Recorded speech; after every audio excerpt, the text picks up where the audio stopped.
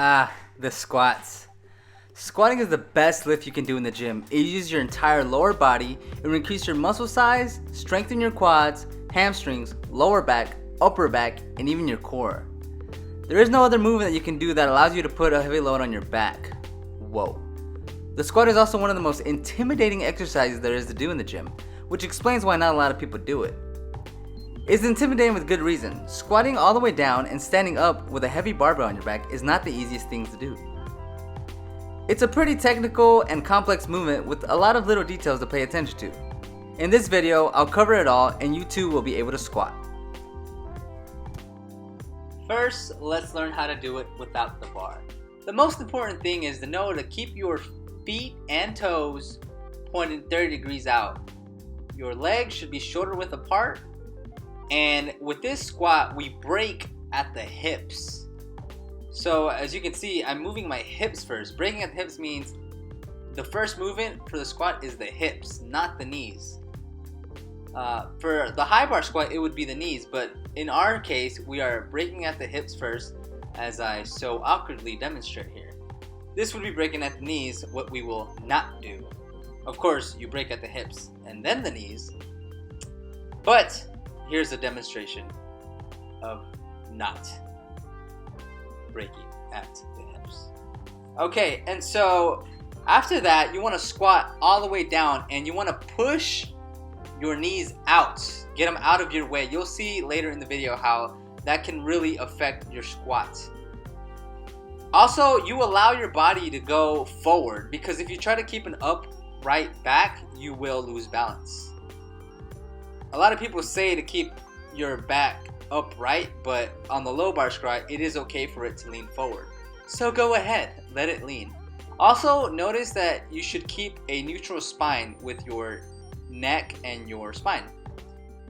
Proper depth is achieved when your hip bone, your hip crease, is lower than your knee joint. Basically, if that happens, if you're sitting all the way down and your calf is touching your hamstring, that's pretty good to me. I don't want to get too technical.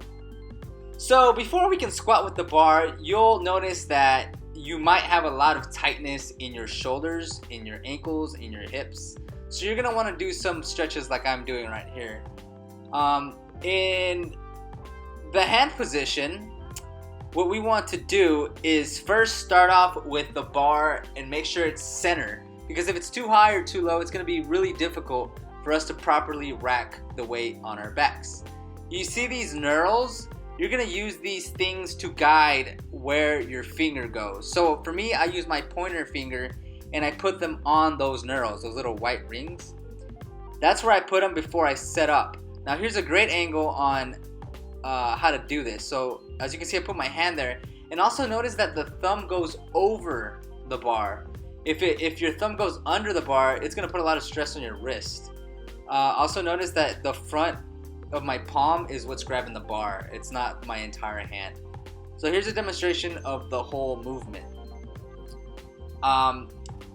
For the people that are flexible, this is not going to be a big issue, but if you're not flexible like me, this is pretty hard for me to do, especially if I'm not stretched, and especially when I was first getting to do this.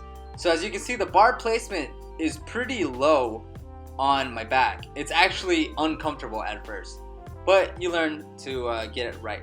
Now, feet position with the bar on your back is the same way as when you're squatting by yourself. It's somewhere around shoulder width. This changes for certain individuals, and it's 30 degrees out. Your toes need to be pointing 30 degrees out, and when you squat, your knees need to go out, right? Not pointing forward or in, because again, your knees and your legs will get in your own way. I can't stress that enough. I think that's the most common mistake I see people make. So whatever shoulder width it is, make sure it's moving your knees out the way. So here's a 12-step way of doing it. 1, pick the finger that goes in the knurl, get under the bar, jam it to the low bar position, take your step out, position your feet around shoulder width apart, point your toes 30 degrees out, take a deep breath, focus on something, squat, and exhale. And when you squat, when your calf touches your hamstring, there'll be a natural bounce that you can use to your advantage if you choose to. I would recommend doing this because you'll be able to lift more weight. And in order to rack the bar, just make sure you hit it against the two uprights and then put it down. So some mistakes.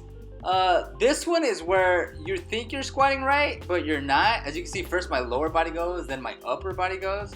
And that's just learning the movement to make it all nice and cohesive. So that takes practice. Another big issue, which I was talking about earlier, is having your knees not get out the way and this happens by having your feet pointing forward. As you can see, my knees are getting in the way. I'm not squatting as low as I possibly can.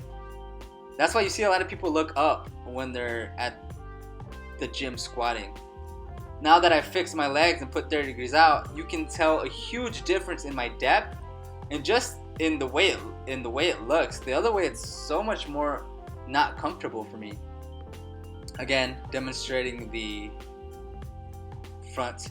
A big issue too is when you squat, you'll see that you'll move your weight in front to your toes, and that's because you don't have the ankle flexibility to go low without like damaging yourself. So what you can do is use 2.5 pound plates, and it'll make it so much easier. I personally use squat shoes, which have like a 0.6 inch lift, which makes it so much easier to use to squat. But again, don't use any weight higher than this because it'll be too high and it won't be safe. It'll probably hurt your foot as well. So yeah, just use the weights until you can properly squat. And if you can get yourself some squat shoes, I definitely recommend that, but they are kind of pricey sometimes. And all in all, you won't be able to do all this stuff unless you practice it. It takes time, but the more you practice, the more you'll get it down, the more you'll be able to squat, the more gains you make, and it's gonna be fantastic. So I hope this video helped you guys. Let me know in the comments below if I can clear anything up, and subscribe to the channel if you haven't. Keep it gangster, guys. Later.